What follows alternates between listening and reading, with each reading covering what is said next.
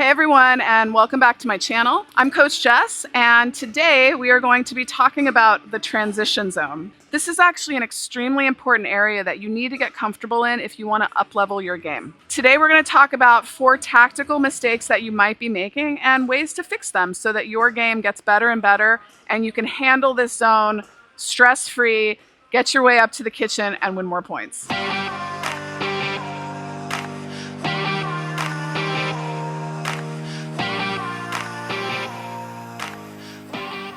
Early on in pickleball, most beginners are taught one simple thing, which is that the game is played up at the non-volley zone and your job is to get from the baseline to the kitchen line. However, as we improve and also as the game has gotten faster, there's more nuance to it than that. In tennis, this area is called no man's land, but in pickleball, it's called the transition zone, and it's called that for a reason. A lot of really important play happens in this zone, and if you want to get out of that 3-5 range and really up-level your game, this is the differentiator. So the first big mistake that I see people doing in the transition zone is that they're in a rush and they're moving through balls as they're hitting them. We don't need to be aggressively fast through this area. We need to actually be stable as we're hitting balls. And one of the ways that we do this is through a split step. We're moving through transition. Our goal is to be stable and balanced when we're making contact with balls. And that's going to be for both a reset, or if we get it at their feet and they give us something a little higher, we want to be stable so that we can pounce into that counter as well.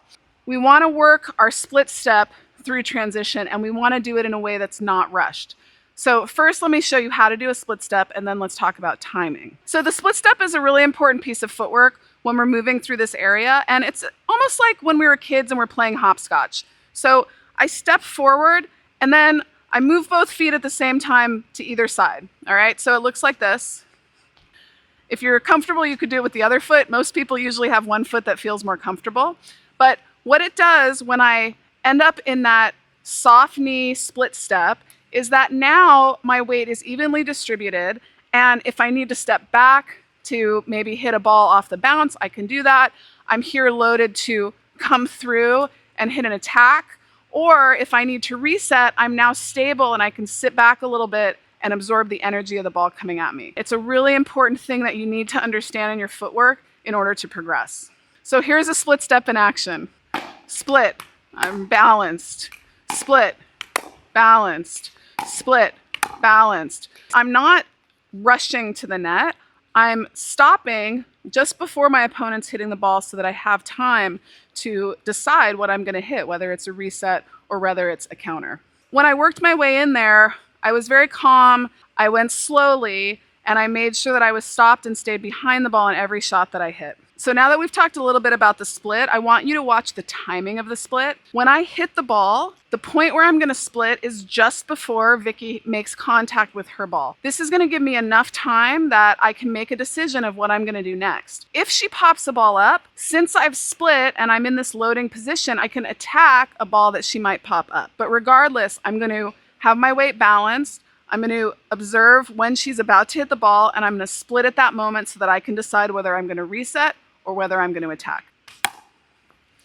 Split, reset, split, reset, split, counter. If you watch that back, every time I split was just before Vicky made contact, and then I had the option to reset or to counter based on what she was doing. The second tactical error that people make in transition is that they actually hit a really good reset and then they just kind of admire it. When we're learning how to reset, when we're in this zone, the whole point is that if we can neutralize it into the kitchen, that gives us permission, that gives us the green light to move forward. So we need to start to recognize that when I hit that good ball, that is a cue for me to move. And often if I hit a good enough reset and I start moving, that next ball is going to be something that I can attack. And I don't want to be stuck back here with the ball coming down at my feet again, that I have to now accomplish the same thing that I just finished, okay? So the last thing that I want is to hit a good reset and not capitalize on the shot that I just hit. So I'm going to reset some balls here, and if they're too high, I'm going to stay where I am. But if I notice that I've got it dipping down or Vicky's going to be hitting up on the ball, that's what I'm trying to do in transition, is get the ball into the non-volley zone on the other side as my green light to move forward. So it took me a couple to get there, But I got there. It's very common when people are resetting that they panic a little bit when that first reset's not perfect.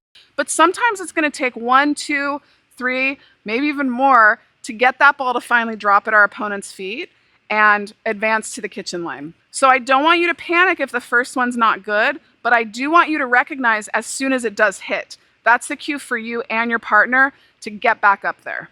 So again, we're not rushing, we're staying calm, and we're recognizing when that ball finally makes that dip that allows me to get in. The third tactical mistake that people often make is that they're forcing offense through transition. What this might mean is that they're always speeding up through transition, or they're attacking below the net. Instead, what we want to do is that the balls that are lower through transition, those are balls that we want to think about dropping into the kitchen. It might be out of the air with a reset, or it might be off the bounce. But when we're in this middle zone of the court, this is generally a good place to be thinking about dropping it into the kitchen. If I have a ball that's up here through transition, it's actually probably going out. And if I have a ball that's down here, I have to hit up on it, which is going to make my opponent be hitting it back at my feet. So the better option in this area, this kind of mid-transition, this center third of the transition, is to think about dropping it into the kitchen.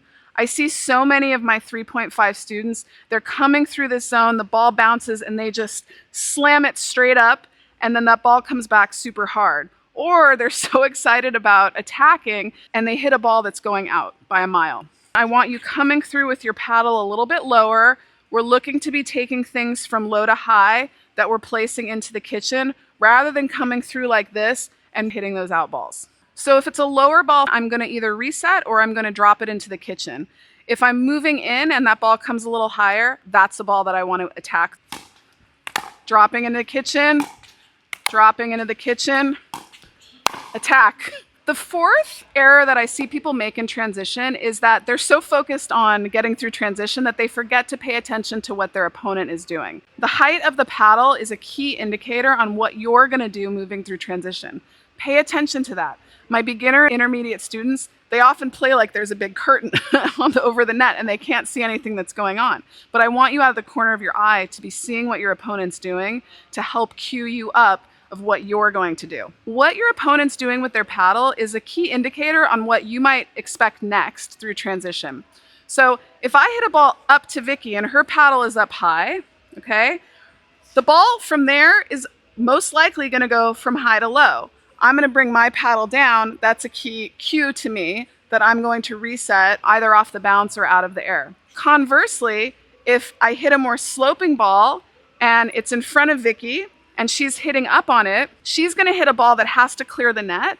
That might be an opportunity for me to start moving in and look for that ball that's over the net that I can attack. So we might think of this almost like a stoplight system. So if Vicky's paddle is way over her head, that's probably a good sign that I might even need to back up a little bit and make a little room so that I have time to handle the reset. If Vicky's paddle is way down below her and she has to hit up on the ball and get it over the net, that's probably a good green light sign that I want to start moving forward and look to either attack or maybe reset a little closer to the kitchen line. If Vicky has her paddle more central in her body, that's a ball that she's going to have maybe a forward trajectory. It might have a little bit of a dip down, but that's something I'm sort of looking to possibly reset. But if she doesn't hit it right, I have that split step that I can potentially pounce on. There's one other little thing I want you to be thinking about, which is the direction of forehands and backhands. So when Vicky is cued up for a forehand up to the right, the natural swing path is going to be across her body, which means that when the ball comes to her right side, it's more likely that her ball is going to either come middle or come across court. And so I, knowing this, am going to move myself from left to right to potentially anticipate where that ball is going to go. This is how we see pros doing such a good job on defense. They're watching and they're assessing the natural trajectory of the ball the majority of the time based on where that paddle is. Same thing with the backhand. When she's got her paddle up for that backhand, the most likely place that that ball is going to go is across her body. It's going to be much harder for her to redirect the ball up the line. And so the majority of the time you can guess right by moving left because that's the way the ball is going to go. Let's take a look at this and see as we're playing if you can guess which way the ball is going to go, up or down, left or right, based on Vicky's paddle positioning. I'm going to see if I can try to talk you through this as I see what she's doing with her paddle. She's below the net. Middle. High. High. It's down lower, I'm moving in. Down lower, I'm moving in. Okay? High, coming this way. I'm ready. High backhand. Oh, she got me. High backhand. She's gonna pull it right. I'm moving in. Good. Very nice. So I'm watching and assessing every shot that I hit, not just the ball that I feel coming off my paddle, but also what I see from my opponent. If you can start to develop this skill, your transition game and really all parts of your pickleball game are going to accelerate. So we covered the tactical know-how today in the transition zone, but the technical aspects of hitting a reset are just as important.